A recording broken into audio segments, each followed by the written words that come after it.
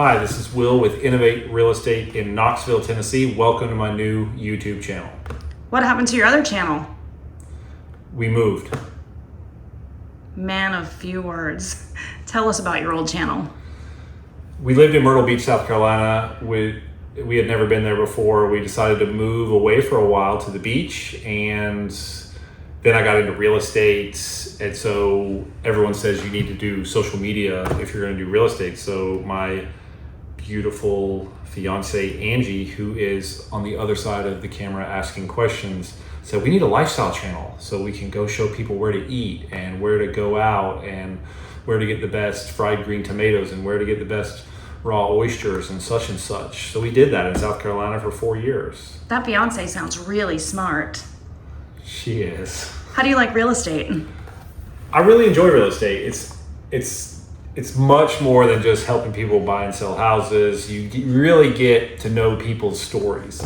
And most of the time, what causes someone to buy or sell a house is not so much an investment as it is like something that's happened in their life. Some goal of theirs or something changed in their life, which is why we're in Knoxville again. Life happened. My brother died, my father died, and mom was living alone. And then she got dementia. So that's why we moved back, which if you don't know anything about dementia or if you've never been affected by it, I would be surprised because a lot of older Americans or people in general, maybe just Americans because our diets are so bad here, but we can talk about that on my other channel. What's your other channel called? Conspiracy Theories USA? No, Blue Zones. Something about Blue Zones. I haven't started it yet, but it'll be about Blue Zones and how we live shorter in America because of all the processed food. But enough about that. So this channel, it's not just about real estate. It's also about life. Yeah.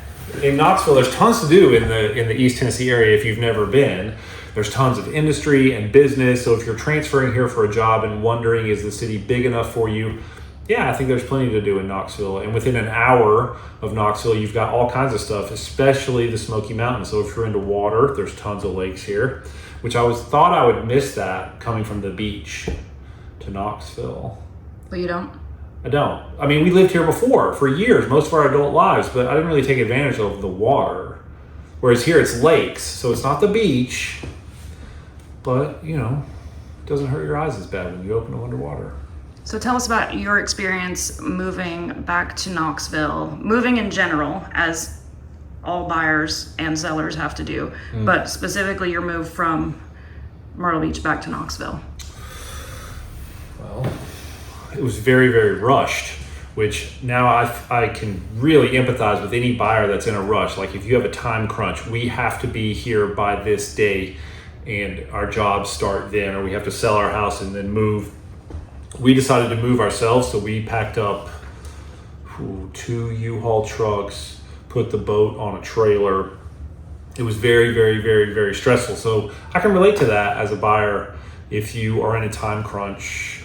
We were able to get everything here, but it's taken us 6 months to get everything going with my real estate license and getting everything set up with the brokerage.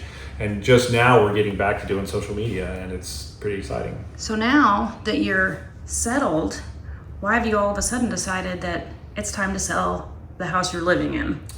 When we moved into this house, my mom built this house custom in 2001. It was her forever home. But we moved in.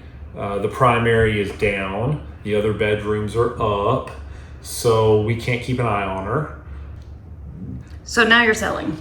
We are selling. So we decided that we have to get rid of this house, downsize mom while her dementia is still in the early stages because change is difficult for people who have that diagnosis from what I've read.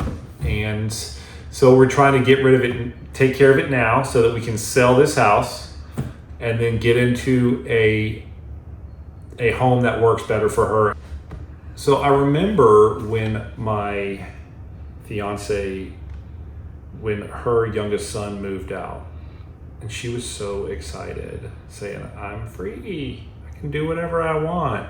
There's also a time in your life when you get into your 40s, 50s, where your parents Now they need you to move back in to help them. But one of my favorite clients in Myrtle Beach, they needed to sell dad's house so that they could put him in an assisted living facility using that money. And they had estimated how long it would take. And we got that house sold in 8 days, and it was amazing for them. That allowed them to do that. So now I'm in that situation. And it's a lot of things that people in their, when they have to help out with a parent, this doesn't get talked about enough, because you have to make a really hard decision. Do you take care of them? Do you pay someone to take care of them? Or do you put them into assisted living? There's all kinds of ways it could go badly, but we're going to try and take care of her ourselves for as long as possible. So let's talk about this real estate mistake that you may or may not have made. I made it.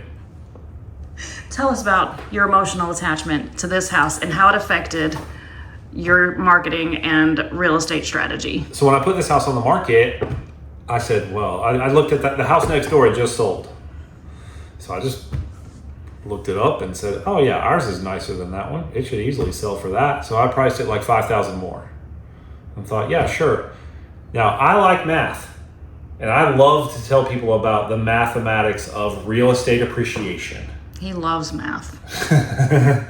Because the math doesn't lie. And most of the time the math is right. So if I say, well, the math says your house is worth this, but the market says your house is worth this, there's a difference. And so I made the mistake of being emotionally attached to this house based, not really based on greed, but based on comps that I thought were correct. And they weren't. I made the mistake of pricing too high. And when you price too high, here's what happened. For the first week, we had one showing. And then you had an open house. Then we had an open house, and we did have quite a few people come, but we didn't have any offers because of that. And then we had one other showing. So since then, I've been doing these incremental price drops aggressively. Most people, if I talk to a seller and I say, okay, look, what's the bottom you can take? And they're like, oh no, I'm not going to be able to take anything less than this. Well, I mean, I know what you paid for it 20 years ago.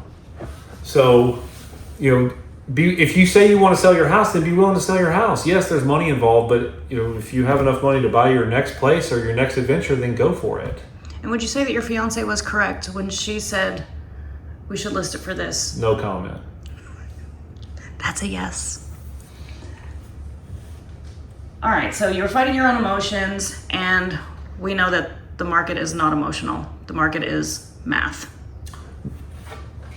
Well, no, the market is not just math, but it's not just emotional. The market changes based on so many factors like inventory and interest rates and what job growth in your city and things like that, demographics. So many things come into play when it comes to what the market is doing. I thought that just because her house was in a stereotypically nicer part of town, that it would fetch a premium price, which is not always the case, because once again, this house over the years, mom also didn't maintain the house as much as someone else might have, because she was alone most of the time caregiving for dad and my brother.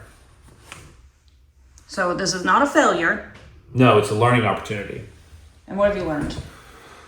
I learned that if you really want to sell your house, then you need to figure out how much you need to make the next chapter of your life happen, and then start a little bit higher than that. But like this whole as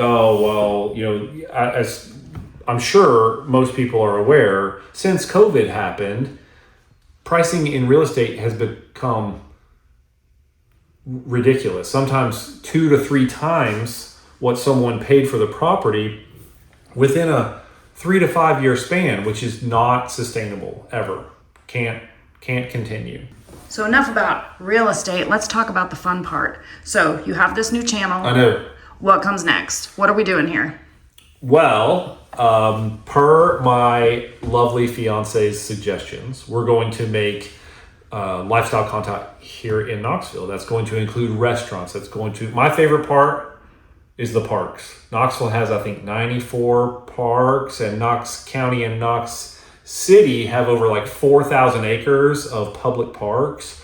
So I love to explore parks, get outside, see some water, see some mountains. Eat some You appetizers. know what they didn't have in South Carolina? Waterfalls. You know what they got a lot of in Tennessee? Just that. So I can't wait to get back out there. Oh, I do love appetizers. So going out to eat, I'm not like a foodie, but You're a foodie. but I'm not afraid of like weird food. So I love appetizers in particular, because if a restaurant can't get an appetizer right, why should I pay $40 for an entree? So I'll go try a restaurant out and just get appetizers at 2 or 3 different restaurants. That way I can make a whole night of it instead of just going to spend $100 at one place. So restaurants, coffee shops, hidden gems, hiking trails, local businesses, neighborhood tours, things to do on the weekend, historic places, but also still home Real estate. ownership and real estate. Yeah, I'll throw some stuff in there about what the market's doing, at pricing trends, hot neighborhoods. There are some differences between the market in Knoxville and South Carolina. South Carolina had a huge retiree population, so there was a lot more new construction geared towards that. Knoxville's much more established. There's not as much new construction going on here. The companies are different. The building techniques are different. In South Carolina, they don't have any basements. Here, there's every house has a basement, it seems. Our goal has never been to just sell houses. We want people to feel at home. Sometimes that means talking about the market, but sometimes it means finding the best burger in town. Sometimes it means being honest about when a plan doesn't always work out the first time, even when we're the ones that made the plan. If all of this nonsense sounds like the kind of channel that you might enjoy from time to time, hit that subscribe button and stay tuned. And if you're thinking about relocating to anywhere in East Tennessee or selling, or if you're going to be going to the South Carolina coast, I would be honored to help you. Thanks for coming along on this trip with me. I'm glad you're here. Can't wait to see you next time.